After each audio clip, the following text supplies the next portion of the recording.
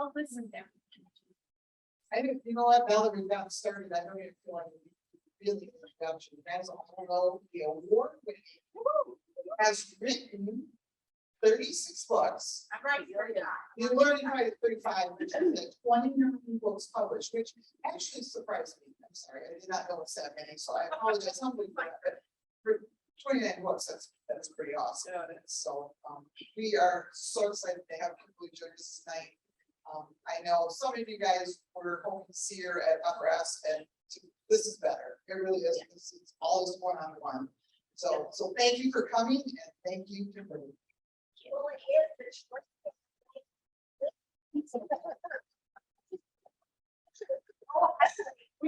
We can't take them anywhere you want. No, can't take them anywhere. It is fabulous to be back with you guys here. I am just thrilled to be back at Baker Woodhouse. Thank you guys for having me. Thank you, Chris. And Tony. Tony just found me. She's fabulous. In case you don't know who I am Kimberley Woodhouse. I think everybody in here does know who I am. It has been an absolute privilege to be able to write his story for all of these years. And in case you don't know all of our story, a big portion of it is about my daughter, who has a rare nerve disorder. And the beauty of what God has done all these years, she is now married.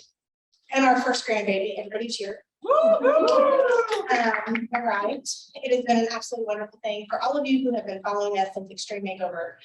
What an amazing story of what God has done through story. And we had people praying for us over the years. I've been speaking around the country since before she was diagnosed, because she was so rare. So people would invite us to come because my story was always joy through trials. We wanted to encourage people. You can have joy through the worst of trials, right? Well, we had this one group. I was at this really big, massive church, and they brought their prayer group forward, and they said, we're going to pray for you. There was like 200 women that just surrounded us, and they wanted to pray for Kayla's healing. And I said, I am all for that. I would love for you to pray for her healing. But we also need to remember that he is the great physician, but he's also the creator. And he understands Kayla's story way better than any of us ever could, way better than the neurologist who diagnosed her, way better than anything else. And if he chooses to use her for his story in some amazing way, I'm completely content with that. And they just kind of looked at me shocked. And then one lady goes, yes, please pray, please pray. We want to ask for his will to be done. And over the years, Kayla did have brain surgery because she had another rare condition. And things did improve over time. And now she's an adult. It's wonderful to see how she's doing. Now, I need to introduce a friend of mine in case you don't know, all you FRS people, Becca the Tall. Please stand. I felt with him. This is the fun part. I was the president of the Colorado Springs chapter of ACFW ages ago, 12 years ago when we met. And I just kind of dragged her in and sucked her into my life and adopted her. And she wanted to write a book. So I was like, okay, let's go. Off we go. This is what's really cool.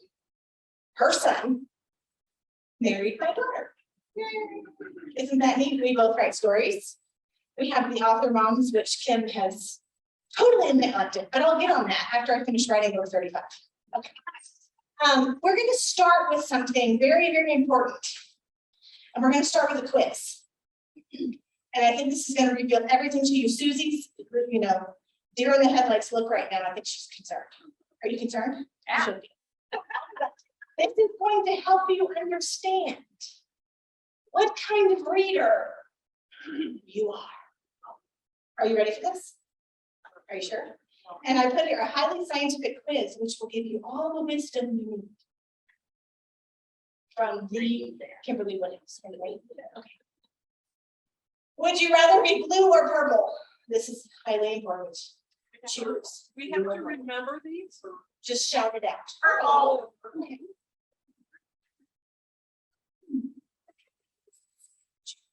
All right, would you rather be a stork or be a mermaid? Okay, that's a good answer. Okay, here's a really tough one, right? If you were the only person who could see, but the solution was for you to solve a multi-layered algebraic problem, would you say? Okay.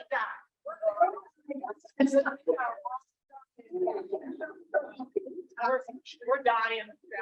Okay, everybody's dying. All right, okay. I'm figuring you guys out. Okay.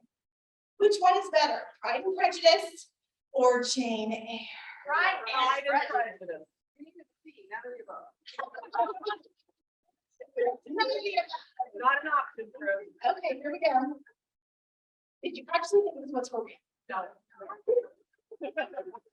Yeah, I know, you thought it was really good. Something.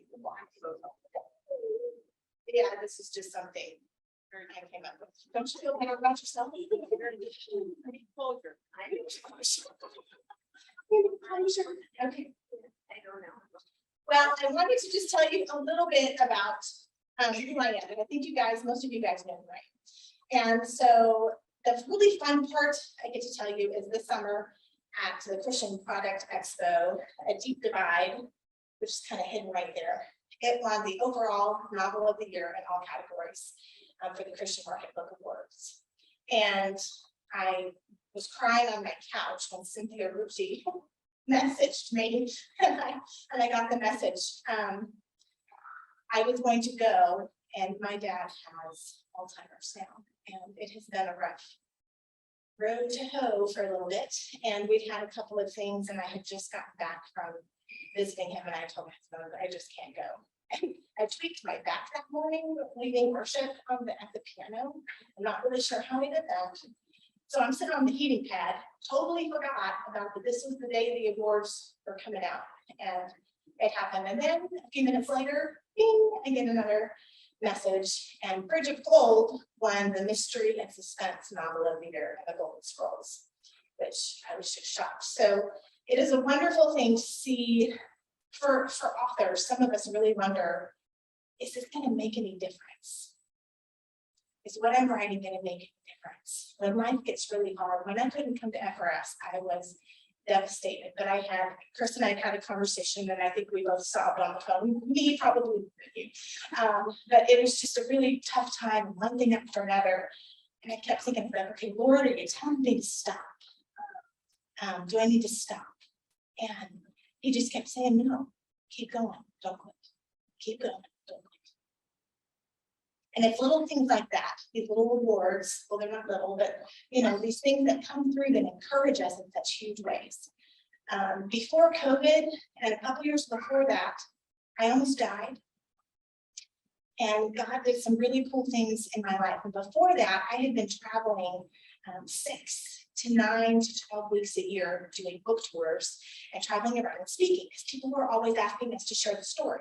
Especially if a pastor of a church had just seen our Extreme Makeover episode, and they thought it had just happened, and they thought Josh and Caleb were still little kids. They'd say, hey, would you come share your story? And we love to be able to share and encourage people about joy through trials. But I was getting weary, and I was having a hard time keeping up with all of my deadlines on top of all the travel schedule. I thought, okay, Lord, maybe I need to just slow down just a little bit in that area. And instead of, we had been traveling, we would go into mega church after mega church after mega church and speaking and sharing and talking. And I kept thinking, okay, Lord, what are you going to do now?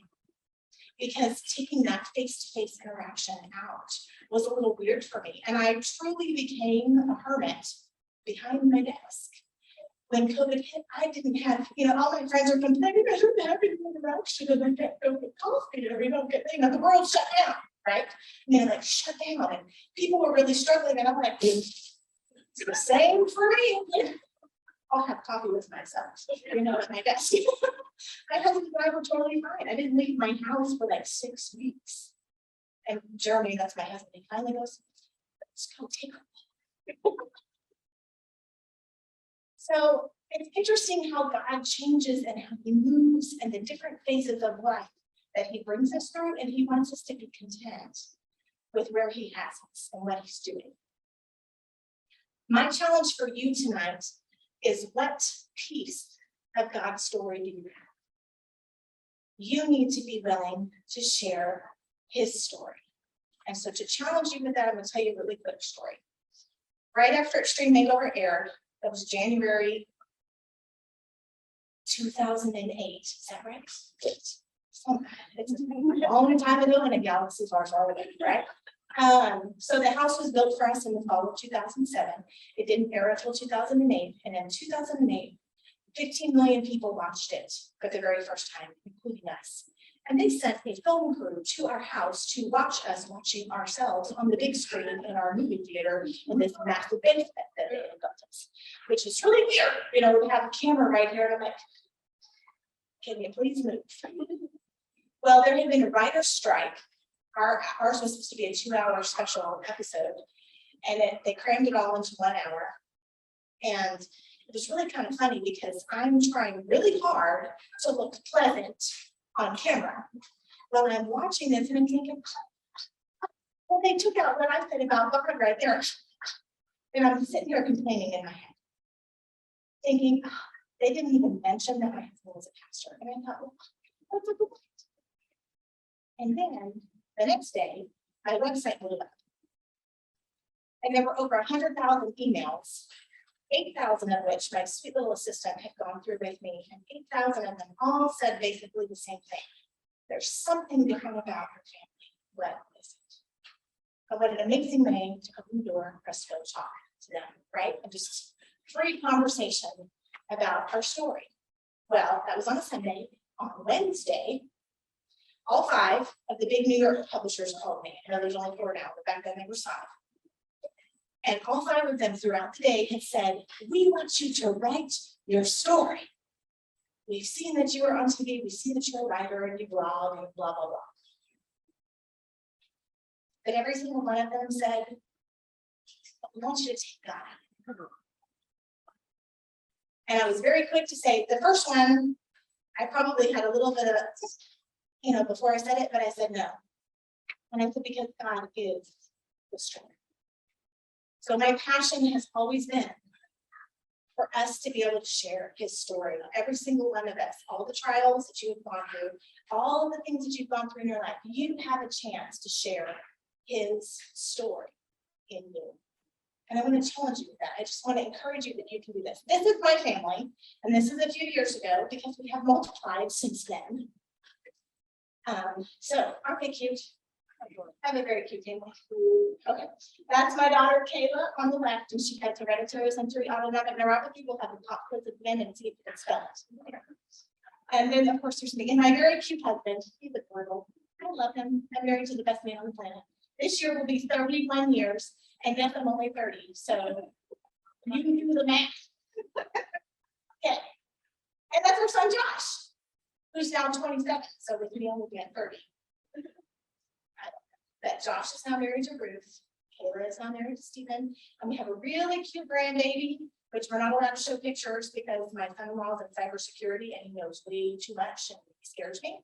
But if you want to see a picture, I can show you. Okay. He's very, very cute. So the next slide, do you see how much we're laughing? You want to know why? That is not my dog.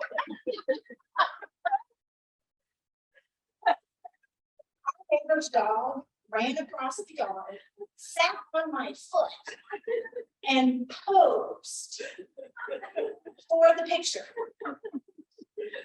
In all seriousness, I mean, we're all, my husband and I, especially, I mean, we're just dying laughing because it's like he just walks right over, sits down. I'm part of the Woodhouse family.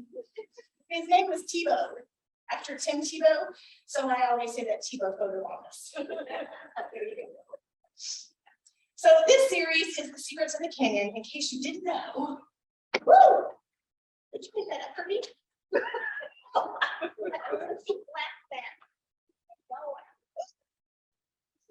Gem of Truth is book 2, A Deep Divide is book 1.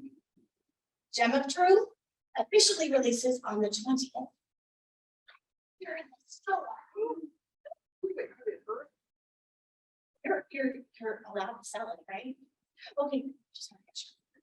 We're super excited about it. How many of you have been to the Grand Canyon? Isn't it amazing? Isn't it cool how you stand there and you're like, what? And then you do this, and you're like, what? And you do this. You know, everywhere you look, it's just this cool, amazing new site. Well, this is what actually started the whole series in my mind back in 2008. I saw this interpretive sign about when the modern day, what do they call it? Sighting of the Grand Canyon happened was in 1540 when the Spanish came here. And this totally intrigued me about this Spanish expedition of these guys who traveled for 6 months, you know, and they all went into debt, you know, spent all this money because they're looking for the cities of gold. So of course my little author brain went wild. Now in book 1, I don't have that part in there because I wanted to really entice you with book 2. Book 2 has a legend that I created off of the real history of 1540, the Spanish exploration that came in. So I don't know if you knew this or not, but back then, for them to find treasure or like to find the cities of gold, they thought that they had to be found worthy. So I created 2 brothers and my little fake brothers for my legend, who were in the part where they're told to go west and look, and just a small little contingency goes west, and they literally stumble upon the big old ground, right, the Grand Canyon. So I had these 2 brothers that had carried all of this treasure with them because they thought, well, the only way we're going to gain entrance to Cibola is if we are found worthy. So they thought, you know, bringing jewels and treasure and everything into it. I did a whole lot of research back. It was very interesting what these people thought. It was fascinating. So this sign was kind of the beginning of it back in 2008. And isn't it just beautiful? It's just beautiful. Okay, this picture, the Grand Canyon is behind us, but you can't see it because there was a blizzard actually down in the canyon. So you can see there's a sign right there. There's a beautiful view right there. So my son and I were going, look, it's the Grand Canyon, but you can't see it. So we're laughing. And this is when he's a teenager, way back when. And on this trip, when I'm first discovering that I want to write this series, I'm asking all the rangers, how many people died in the canyon? And my son kept rolling his eyes, and he'd walk past me and goes, she's an author. You know, there's actually a book that's written, it's called Death in the Canyon. There's a whole book, I have it on the shelf, of course, research, of how many people have died in the Grand Canyon. Don't you want to know that? Yeah, there's a lot of people. There's a lot of the Grand Canyon. So the picture on the left is of actual Fred Harvey, who, if you read book 1, you've learned a little bit about Fred Harvey and the Harvey girls in the Eltivar Hotel, which was built in 1905. So the whole series is based around the hotel that sits on the rim of the canyon, and then there's a mystery and suspense that goes along each time. And in the Gem of Truth, it's all around this legendary treasure. So these stairs are actually the grand staircase that go up in the Eltivar. This fun picture in the middle, if you read about the Cole brothers photography studio in the book, it literally is on the edge, the very edge of the canyon. And there's pictures in the studio of one of the brothers and his wife and their little girl, and there's no railing on their deck, and the little girl's just standing there, and there's whoosh, the canyon. I don't think I could have done that. And that's just another pretty view, aren't you excited? So this is actually the dining room right here in the Eltivar, and this is a historic picture, and I wanted to show you the historic picture because it looks exactly the same today. Except it has a few square tables thrown in with the round ones. Aren't you fascinated? It looks just the same. And they have expanded it off to the left, which is amazing. But this is where the Harvey girls would have worked in the dining room and served all of the people. Oh, look, there's a blank slide. aren't you? To tell you fun stuff about this is the fact that when I'm checking my PowerPoint, I'm getting ready because we were at the BCFW conference in St. Louis and I had all kinds of responsibilities there. And then come here and I open up my iPad, trying to get everything ready, for tonight. And the PowerPoint that I had spent hours on with all these really cool pictures was not there. So this afternoon and last night, I was slapping some pictures in a PowerPoint for you guys to at least have something to look at other than me. Aren't you excited? Okay. This is fun because my best friend at college in Alabama, Aniana, Alabama, where they say, if you say, can I have a ride? They'll say, I'll carry you to Walmart. Have you ever heard that one? I know. And I looked at it and I said, you gonna give me a piggyback ride? That would be fun. But they say that I'll carry you to Walmart in little bitty Aniana, Alabama. Well, her family, a member of her family owns a jewelry store, and one of my diamonds had fallen out of my wedding set years ago, like 2011. And we go into the store, the front of the store is all the pretty glittering glass, the showcase stuff that's so fascinating. And I'm like, oh, that's beautiful. There was this beautiful ruby ring that was like $10,000. Oh, yeah, I'll take that one. But then he said, would you like to see the workshop? And I don't know if you know this about authors, but we get giddy over weird stuff. Susie, right? Mm-hmm. We love to do the crazy research and find out everything. So of course I wanted to go in the workshop. And he goes, well, it's a mess. I'm like, I don't care. He said, I'll show you the workshop. So he takes me back to the workshop and I'm seeing all of these cool tables and all of this stuff. And this is where they repair all the jewelry, but it looks old. So I asked him, I said, well, what would they have used 100 years ago in a jewelry workshop like this? And he goes, the same thing. The tools have not changed. Other than the fact that one of the tools is now electric and it used to be pedal mounted. I was like, oh, well, that's kind of cool. So I have all of these pictures, and this is what sparked for the hero to be a jeweler and a gem of truth. And so he's a jeweler. And then one of my friends, she's a master jeweler now at Colorado Springs. I started bugging her and I said, okay, I need to know what all these tools are. So she's sending me pictures and descriptions. So I print out these huge things so I know what all of these tools are and what they do. And in this picture, are you ready? There's a file, and I forgot to name of that thing right. And there's a rawhide mallet, and this is a chasing hammer. I don't know what it chases, but it chases something. And all of these pliers, look at all these different kinds of pliers, all the different things that they do. So she sent me all of this, and I just thought it was super fun to play with all of these tools and learn what each one of these tools does and how they make jewelry. So all of this is used in there. And I don't know if you know this, but lapidary is the science of gemology and you can tell I'm out of words. I'm out of words. I've been talking all week. The way they cut the stones.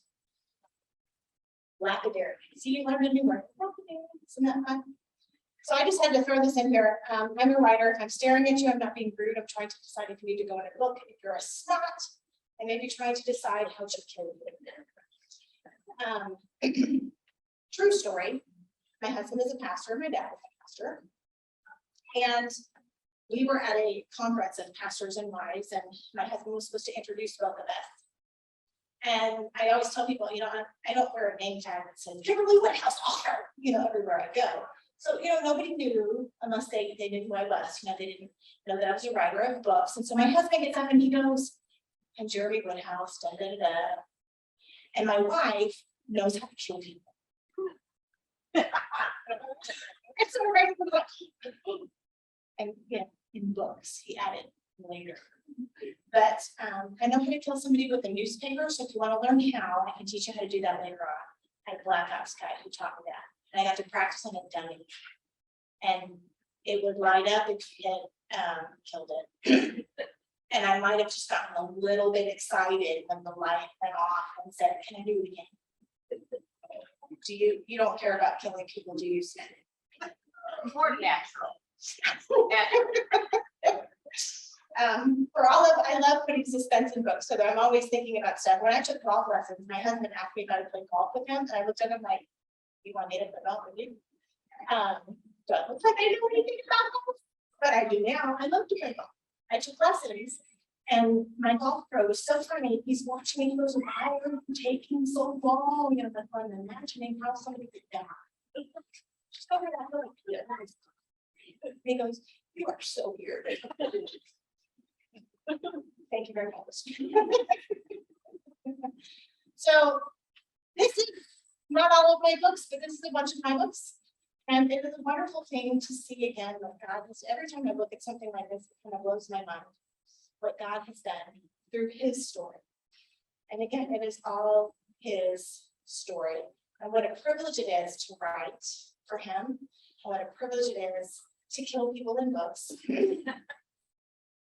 What a privilege it is to share. I have a purpose statement for my writing ministry. And if you've ever heard me speak, I always share this. It's twofold. I want to point the non-believer to God. That doesn't mean I need to bash them over his Bible, but I want to point them to God. Anybody who reads anything that I write, I want to point them to God. And the second part of that is I'm going to challenge the believer in his or her walk with Christ. Everything that I do, I think I need to do to the best of my ability for the glory of the Lord. And I pray that that is what I do. We were just talking earlier, you probably remember Sue Brower. Maybe she was the head of Songwriting for many, many years. She was, you know her. She was a hugely, L-Y-Adverb, there we go, instrumental in my career and pouring into me in the early 2000s when I was at the beginning of this journey. I just had dinner with her and I was talking to her about what an influence it has been to have somebody like that. And so many people have poured into me and have helped me along the way and have taught me so much about this writing journey. It's an absolutely beautiful thing. Don't you just love the family of God? I just think it is so amazing to be a part of this and for us to be on this journey together and to encourage one another and lift each other up and get to share. You know, I would love to be at a book event with Susie because I could totally sell her books. I'm really good at selling other people's books because it's all his story, right? We want to be able to share his story. Every single one of us has a story that's part of his story that he wants us to share. And sometimes you have to be willing to share the hard stuff, right? And when they asked me if I would share our extreme makeover story, I was like, do you really want, you know, the whole story? Because I failed a lot along the way as a mom. There were a whole lot of ups and downs. There was a lot of crying. There were times when we found out, you know, she had to have brain surgery. I remember kind of collapsing in the kitchen. I was like, gosh, I know how to deal with this. I'm already dealing with this nerve disorder. We got this figured out. You know, why do I need another monkey wrench in the middle of all of this? And I got to deal with something else. You know, just sobbing, whining. But now I have a sign in my house that says a 5-cent fine for whining or complaining to remind me that I need to be looking at what he's doing and how joyful and how positive it is just to be able to share the story. So I have two friends with me, and if you saw the graphic that Becca Ray made, you all know that Mo was a special guest this evening. He's making an appearance. People keep asking me about how Mo started, and a bunch of you guys know. She started Mo, right? And she started putting this little baby chicken in all the graphics. And people would start saying, where's the chicken? You know, and then she'd put hashtag chickens for Kim. And it just became, you know, had this whole, took on a life of its own, right? I have a chicken quilt that was given to me and a chicken basket. I have countless chicken figurines now that people have said. And chickens coming out of my ears. Okay. Then a lovely reader, she's so sweet. She goes, I have a package I want to send you. I have never met this person before. I have no idea who she is. And, you know, my husband always says, well, make sure you don't give them our home address. That's why we have a PO box, you know, just in case they send a bomb. So, not that there would be dynamite in it, but you never know. And she sent this box, and I opened it up, and among the cute little tissue paper is this adorable little crocheted chicken that looks exactly like the chicken in the graphics. Those of you who've seen it, you know what I'm talking about. He looks exactly like it. So I had my reader's name. His name is Mo, and now apparently he is the star of the show and goes everywhere with me. So if you need to have a picture with anyone, you can take a picture with Mo. So then this summer, my next series with Bethany House, that's just my standalone series. It's going to be Women in Paleontology. Aren't you excited? Dinosaurs. I'm very excited. And so I'm doing research on a Dinosaur National Monument, made another reader. I needed a friend.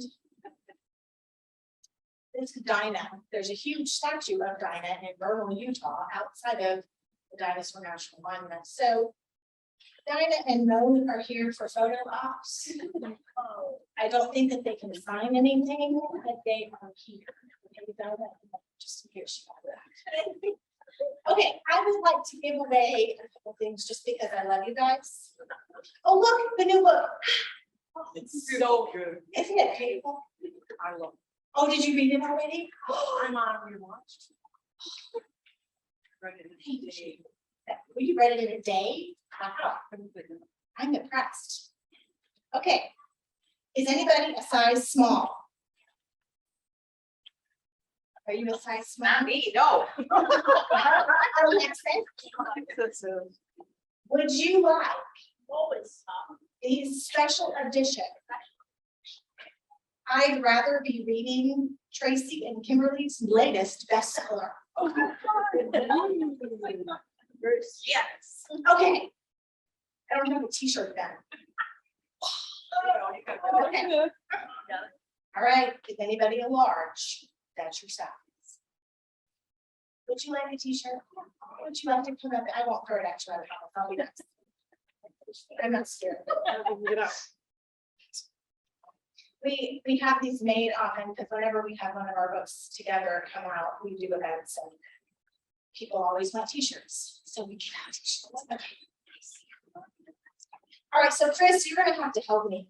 Okay. How are we gonna do? I have a special giveaway. How many people are here? This many. This many. Okay, tell you want to start at 1, 2, 3, 4, 4, 5, 6. Finish showing it up. Another fabulous author over there. If you have not read the book, you need to read. Oh, yeah, most definitely. She's amazing. No, I need you because I'm a musician. That just totally makes me happy. Okay, I have some CDs that we used to sell these on the road when we spoke around the country to support the foundation that helped Kayla with her cooling vests. And for those of you who don't know this part of our story, music was my life. From the time I was 3, I graduated from high school at 15, had a scholarship to Juilliard. I thought music was going to be, you know, everything, all encompassing, and God had a bigger plan. I love it. But pass them out. I love you. That would be great. There's 10 of them. So I just thought that would be a nice little gift. I had one lady call me and she goes, "It's the perfect CD to put my children to sleep." And I said, "I'll take that as a compliment."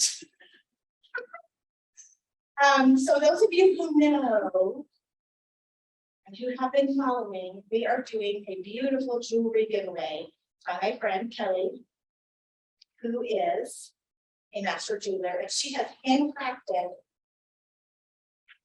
these beautiful necklaces and earrings. And so it's still running through the actual release date of the Gem of Truth. So if you buy, and I encourage all of you to buy something at Baker Woodhouse tonight. Yes, please. If you buy a Gem of Truth, it's in your cart. Perfect. It's already have one. Yeah, you're special. A Gem of Truth, you get an entry. A deep dive, you get an entry if you pre-order Mayflower Grace, which is book 3, and it comes out in January. You can also do an entry. So on my website, pay attention if you don't have this written down. It is kimberlywoodhouse.com/pre-order. That's the only way you can get to this special site and upload your receipts and be entered into the giveaway. And they are sterling silver and graded rubies, and they're like $120 retail value. I'm gonna give one of these away tonight. I'm gonna give this one away. So what are we gonna do, Chris? I'm brain dead, I really am. So what do we want to do, guys? Michelle would have a great idea, right? Yes. She's marketing. She's marketing. If your name is Susie. I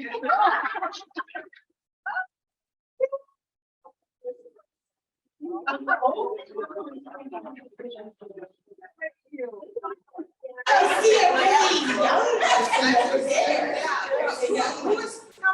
Yeah, who's come the farthest? Yeah, Joanne. I think Joanna did. New York. I figured out what. You came with me. That should count for double the miles. Joanna, where did you come from? Is anybody back there got that beat? Indiana? Wow. Can I give this to you, Joanna? Will you accept it?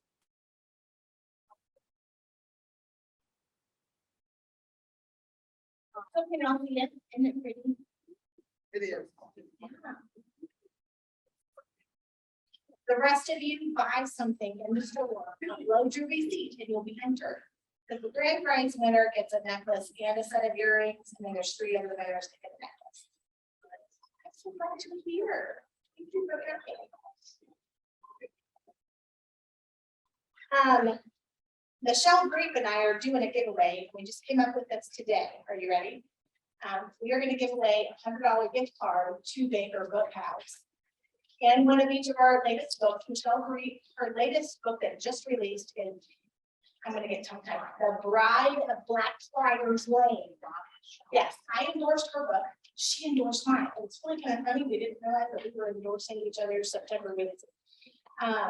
So my book has a liar in it, and hers has a thief.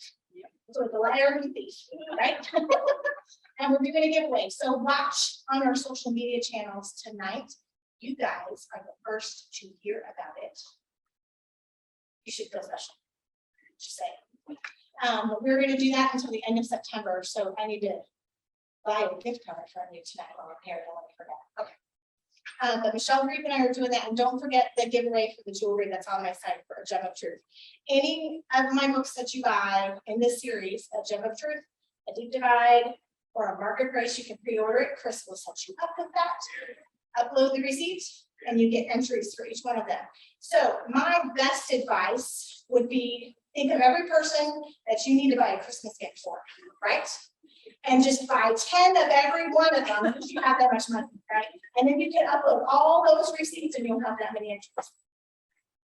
You'll get it. I'm going to give away another book. If they fall down, they fall down. So this is Daughters of the Mayflower Groundbreakers. And so my Mayflower bride, when they asked me to be the anchor of this series, it was such a privilege. And then I called back to Germany at Barber when I was researching it and starting to write it. And I said, I hate you. Because the research was brutal. I mean, when you realize what the accent, how am I supposed to have an inspirational story come out of this when everybody dies? They don't really all die, but you guys know the story of Mayflower. I have had so much interaction from that book. I think it's over like 60,000 copies sold at this point. So that was the start of this series. And Michelle Grief, I just mentioned, I forgot she was in this. So there's 3 books in this one. So let's see. Who lives the closest to Baker Woodhouse?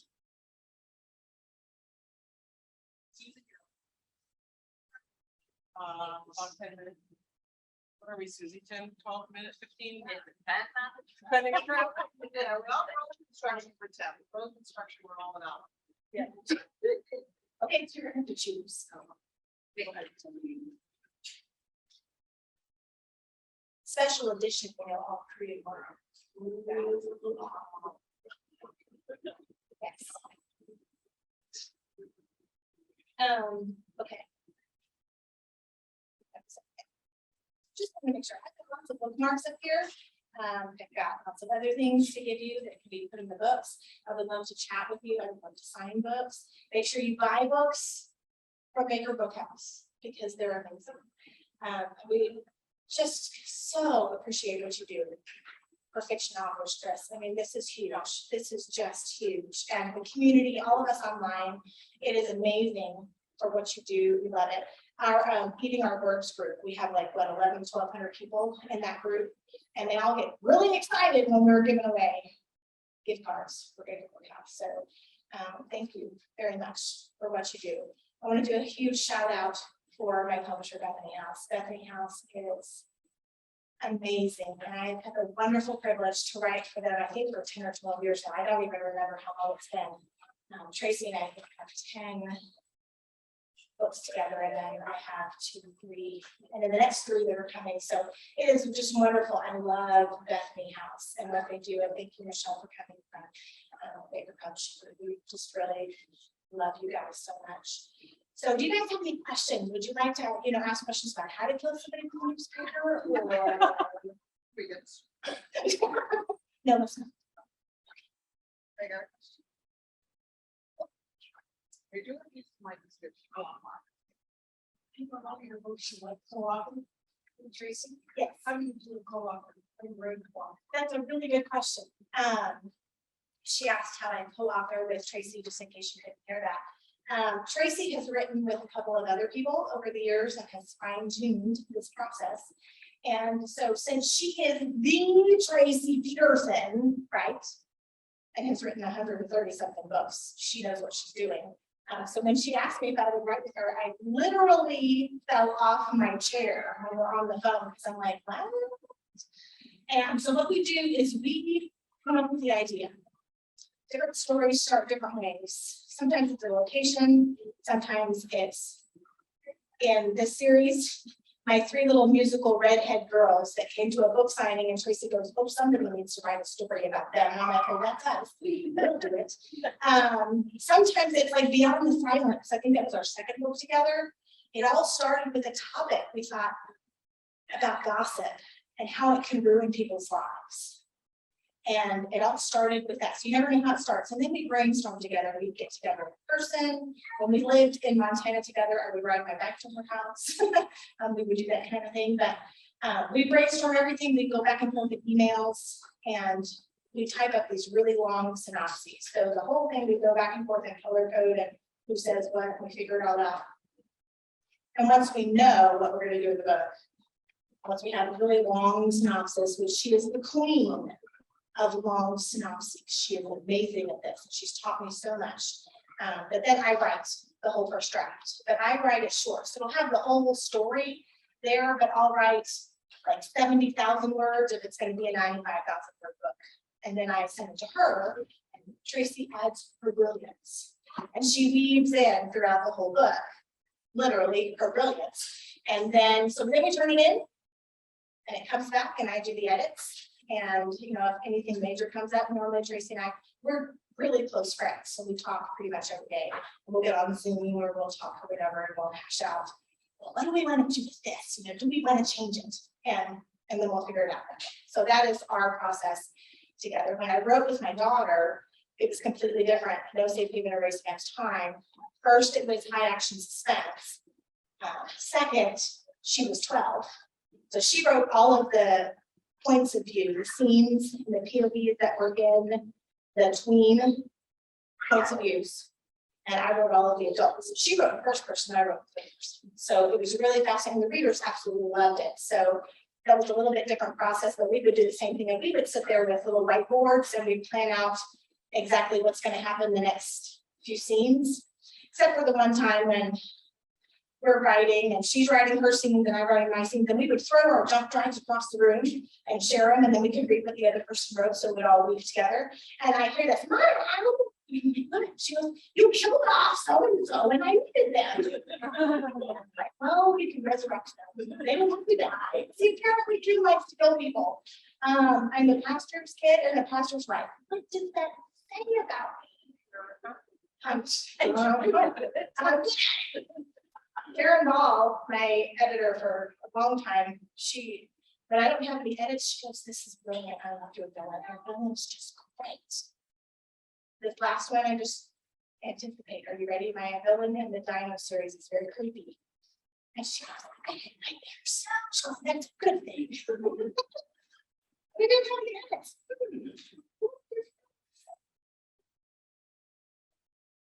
Does that answer your question? Okay. Tell us a little bit. Tell us a little bit about your Someone's in the Kitchen with Dino in the Brown book. Okay, say that again. Someone's in the Kitchen with Dino underground book. Underground book. Dig archaeology.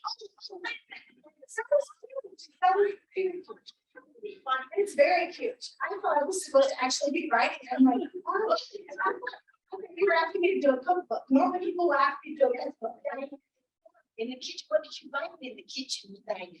That's what I'm trying to say. Tell us about what you're writing about. Okay, it's very cool because book one is in 1879 and it's during the Dinosaur Wars. And if you have never looked up the Dinosaur Wars, it's pretty fascinating stuff. Two major players, paleontologists, were trying to get the best name because everybody wanted dinosaur bones and they wanted to put them in the museums. And this was a new and fresh thing, you know, that just had not been done. That's what's called the Dinosaur Wars. Well, these two men were not very nice people. We'll just put it that way. And they actually started blowing up each other's dig sites. They would sabotage stuff all over the place. I mean, I just can't imagine like paleontologists today would just be completely appalled if somebody blew up, you know, fossils. You know, we could have put it together, you know, and then they blow it up just so the other team couldn't get to it. So I have females in paleontology that go through the whole series. So it'll be 1879 to 1915. And 1915 was when Dinosaur National Monument was actually established. Earl Douglas is the man who's responsible for finding the quarry that is Dinosaur National Monument. Earl Douglas's granddaughter, Diane Douglas Iverson, I know. I met in Montana, and she is a super sweet lady. She's in her 80s now, but she had this vision to really see her grandfather's story get out there because her dad had spent his life trying to put all of his journals together. So I had a beautiful access to all of his journals and his field journals and all this cool stuff. And the Carnegie Museum in Pittsburgh of National History, Earl Douglas was actually hired by Carnegie to go out to Colorado, Utah, this whole area, and try to see if they could find. Everybody wanted a diplodocus, which is one of the really big long necks. It has a really long tail, has a really long neck, and everybody wanted the full dinosaur because this was the big thing because Carnegie has Dippy in his museum. So Earl Douglas's quote, they gave me permission, the family did, to use his quotes throughout the whole series. So the headings of all the chapters are going to have quotes from his journals and from all of his writings over the years. And the cool thing about it is this: in an age when Darwin's book had come out, you know, just recently, and the scientific community was really trying to grab onto Darwin's theory of evolution, and Earl Douglas was a man of faith. And reading his journals and following his journey of faith, trying to mix science and faith together and understand all of this, it's just a beautiful, beautiful thing. So in book one, the female is one of the artists. She sketches all the bones because back then it was vulgar for women to dig in the dirt. Did you know that? You couldn't dig in the dirt. So her father is a paleontologist and he is the digger, and she goes out and she is sketching all of the bones because it's very important for all of this to be done, for all of the scientific articles and the books and everything, because that's the pictures that they would put in there were the actually detailed sketches. And then in book two, we have an actual paleontologist on a day, and in book 3, she's working with Dinosaur National Monument and in 1950. So it's a lot of cool history, a lot of cool stuff about dinosaurs. I've had so many people just go, oh, dinosaurs, and they get all excited. So get excited. The first one comes out September of next year, so it's September, March, and then September of the following year for that 3-book series. Market Grace is coming out in January. And then my romantic suspense series starts with 26 Below. And then Tracy and I have the next book, or the first book, excuse me, in our Kalispell series, which is The Heart's Choice. And that comes out in May. So that one's coming. Any other questions? What's the best thing about writing? What's the worst thing about writing? The best thing about writing is just all the creativity and all of the fun. I love story. I keep a creative journal, and there's just always ideas. There is always something cool to research in history. There's always some cool person, to say, oh, they did this. There's always some neat event, like the Alaska contemporary, the romantic suspense series that starts next year is all in Alaska, and it has to do with cyber, because my son-in-law is cybersecurity. And the whole premise started when my husband said, what happened if all the power went out in Alaska when it hits 26 below? So there's just always fun things to do. The worst thing I would say right now is that it's a very sedentary job. So at least for me, that was really beginning to take a toll, I think, on my brain and on my health. Because with 5 books releasing next year and 4 books the next and 5 books the next, it's a lot of books. So I spend a lot of time obviously at my desk. So this year I invested in, I just researched the snot out of everything I did to figure out what I wanted. And I got a really wonderful power uplift desk. It's huge. And so it has a memory on it. And so I press it up and it goes up, and I'm on a treadmill, and I walk and write. So I started doing the Conqueror challenges. So you'll see me post about that in my little medals that I get, and invite people to join and walk with me. So I walk a lot at my desk, and that actually keeps the creative juices flowing out. But that was, I could tell that was taking a toll on me, not only weight-wise, but age-wise. It's like, I'm getting old. Every time you get up out of your chair, oh, it looks creeping. You guys know what I'm talking about. It's like, ouch, I've been sitting too long. But you're only 30. Oh yeah, what's up with that? Good point. You're right. Right. Like one day is one, another else. I divide my day up. So I do this full time. Yeah. And I divide my day up. So depending on what edits and what book because I normally am juggling 3 to 4 books. So I will be writing one, doing the revisions on another, possibly doing the line notes or the gallons on another, researching another. So I divide my day up into increments, and that's what I do. And I have I could show you my schedule in my bag. It's all in pencil, but I have one of my planners. I like to be organized, so just don't laugh. But I seriously have a planner for my planners. I have multiple planners, and I have one that's just for my work, for my writing, my word count, my deadlines. So I know exactly when stuff is due, and I backward plan from there and find out how many words a day I need to do to get it turned in on time. How many pages I need to edit a day to get the revisions turned in on time. How much research I need to get done. Because research, I normally spend 6 months per book researching before it comes out, because the research is the most intense part. So how many hours a day I spend in research? Susie's face. I'm concerned that Susie has her hands. Oh, Right? like, okay, so I write one at a time and I get confused. Like today, I thought it was spring. Like all day, I love it. often. Like, how do you not get confused about which book you're working on? Like, I don't understand your brain. That's a good thing. It's actually been really good for my brain. I've actually noticed that my creative processes have gotten better through this when I divide it up.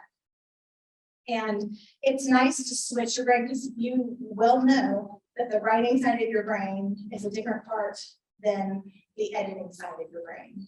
And it's good to switch back and forth. And then the research part, to me, that's the fun part. It's like, ooh, it's like happy party, you know, because I could easily get sucked in to too much research. But I'm learning how to be disciplined about it though, because I'm one of those that I get sucked into something, I get sucked into the writing, or I get sucked into the editing, or sucked into the research. And then I start finding out like, I'm really tired, or things are getting dry. And it's like, oh, why isn't this going as fast as it was, 3 hours ago? So the switching part has actually helped. And I write in Scrivener. Do you write in Scrivener? Okay. Smart enough. Okay. I bought it like 5 years before I actually started using it. Because it's so, what's the learning curve on it? It's just so intense. And I had to have time in between deadlines to sit and actually learn how to use it. But now it's my best friend. I will never write, in anything else.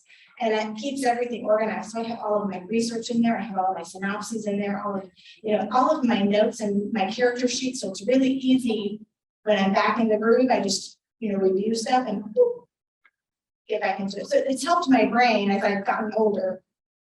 Because, us young ones. Yeah, I'm 25. Yeah, see. Things are harder, right, as we get older, so it's actually helped my brain pick up speed.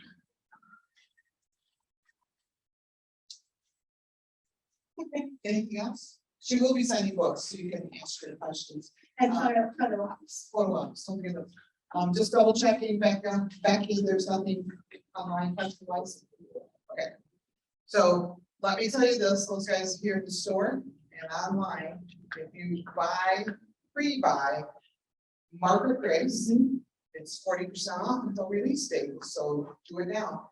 You want that 40%, so it goes to 30. So if you go on makeabookhouse.com and order it, you guys here, you can order it in the stores, no problem. So thank you all for joining us. This was so much fun. I feel like in a good way we were at church. So give us a few minutes and we'll get Kimberley set up on the signing table and we'll be ready to go.